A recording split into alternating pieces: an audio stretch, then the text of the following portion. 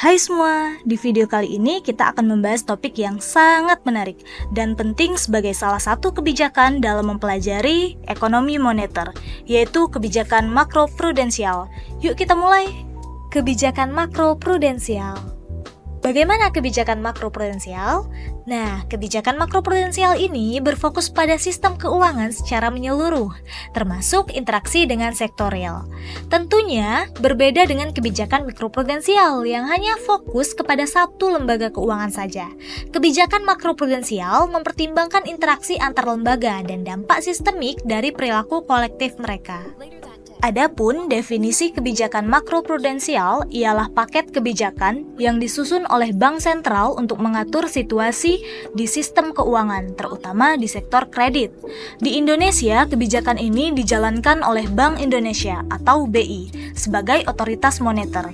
Belakangan ini, Bank Indonesia menggunakan instrumen makroprudensial untuk mencapai target-target ekonomi tertentu, seperti mendorong pertumbuhan ekonomi dan menstabilkan sektor jasa keuangan.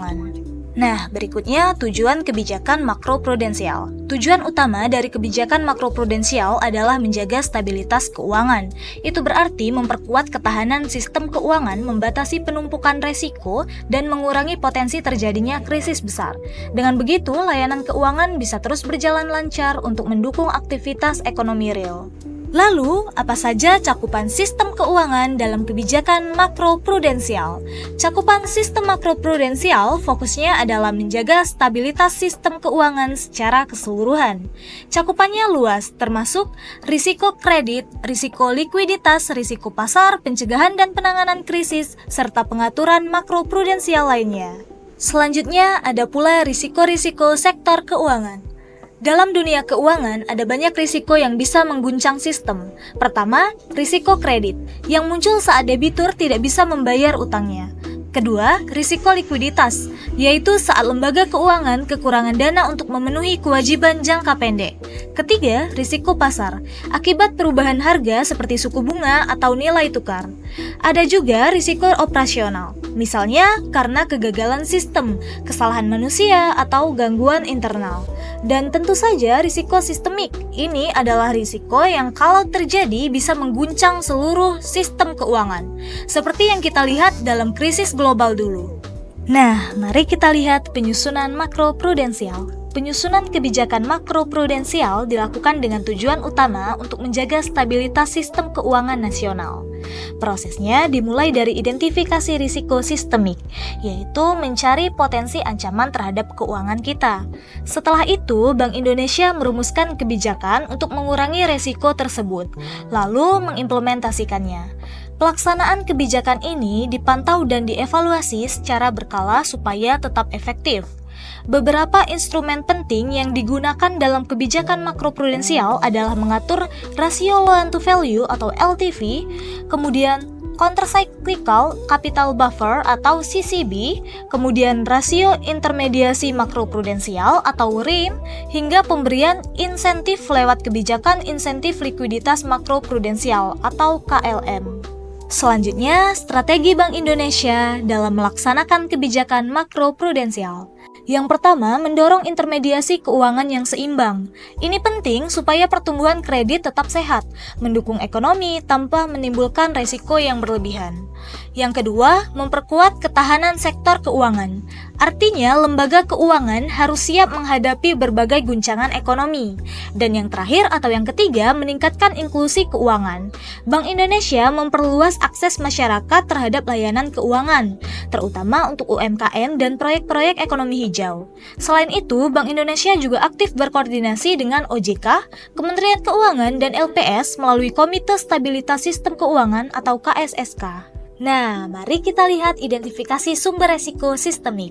Resiko sistemik adalah resiko kegagalan yang bisa mengguncang seluruh sistem keuangan, bukan cuma satu bank atau satu perusahaan. Dapat dibayangkan, jika satu bank besar bangkrut, maka efeknya dapat menyebar kemana-mana. Inilah resiko sistemik. Pertama, lembaga keuangan besar yang saling terkait. Misalnya, kegagalan satu bank besar bisa memicu efek domino ke bank-bank lain. Kedua, konsentrasi kredit. Kalau banyak bank yang memberikan pinjaman ke sektor yang sama seperti properti, lalu nilai sektor tersebut jatuh, maka akan banyak kredit macet. Ketiga, keterkaitan internasional. Krisis di Amerika, Eropa, atau Tiongkok bisa cepat menular ke Indonesia. Keempat, kegagalan infrastruktur keuangan. Kalau sistem pembayaran ataupun clearing bermasalah, maka ekonomi bisa lumpuh. Dan yang kelima, resiko likuiditas dan leverage tinggi. Perusahaan keuangan yang berutang terlalu banyak sangat rentan kalau pasar tiba-tiba bergejolak. Nah, agar resiko sistemik tidak merusak perekonomian, maka diperlukan pengawasan makroprudensial. Ini merupakan upaya untuk menjaga stabilitas sistem keuangan secara keseluruhan. Pengawasan makroprudensial bertujuan untuk mencegah terjadinya resiko sistemik, membatasi pertumbuhan utang yang berlebihan, serta meningkatkan daya tahan sektor keuangan terhadap guncangan. Caranya yaitu dengan mengidentifikasi, memonitor, lalu membuat kebijakan pencegahan. Jika ada potensi masalah besar, maka pengawas bisa langsung melakukan intervensi. Nah, apa saja instrumen kebijakan makroprudensial di Indonesia dan apa keunggulannya? Ada beberapa instrumen kebijakan makroprudensial di Indonesia. Pertama, Counter Cyclical Capital Buffer atau CCB. Bank diminta menyediakan cadangan modal yang ekstra saat ekonomi sedang booming. Tujuannya supaya bank tetap kuat saat krisis melanda. Kemudian ada Loan to Value atau LTV dan Financing to Value atau FTV rasio. Mengatur rasio pinjaman terhadap agunan. Ini sangat penting untuk mengendalikan spekulasi harga properti dan mencegah bubble. Kemudian ada Macro Prudential Intermediation Ratio atau MIR, mengatur keseimbangan antara pembiayaan dan simpanan supaya pertumbuhan kredit tetap sehat dan tidak kebablasan. Ada pula Macro Prudential Liquidity Buffer atau MPLB, yang mana bank wajib menjaga aset liquid minimal. Ini sangat berguna untuk menghadapi tekanan likuiditas saat krisis. Kemudian ada Capital Surcharge untuk bank sistemik. Bank-bank besar harus sedia modal yang ekstra. Jika ada masalah, dampaknya ke sistem keuangan bisa ditekan. Kemudian, apabila instrumen-instrumen tersebut bisa dilakukan dengan baik, maka kebijakan-kebijakan ini mempunyai banyak keunggulan, di antaranya meningkatkan ketahanan sistem keuangan terhadap guncangan global, mencegah gelembung aset seperti bubble properti, meningkatkan kredibilitas pengawas keuangan, dan fleksibel terhadap perubahan siklus ekonomi. Terakhir, mari kita lihat contoh kasusnya. Pada tahun 2025, Bank Indonesia memperkuat implementasi kebijakan insentif likuiditas makroprudensial atau KLM. Apa tujuannya? Yakni untuk mendorong peningkatan kredit ke sektor-sektor prioritas seperti pertanian, industri pengolahan, perdagangan, transportasi, pariwisata, konstruksi, dan perumahan rakyat. Melalui kebijakan ini, bank-bank yang menyalurkan pembiayaan ke sektor-sektor tersebut mendapat insentif, yakni berupa pengurangan giro wajib minimum hingga 4%. Kemudian apa hasilnya?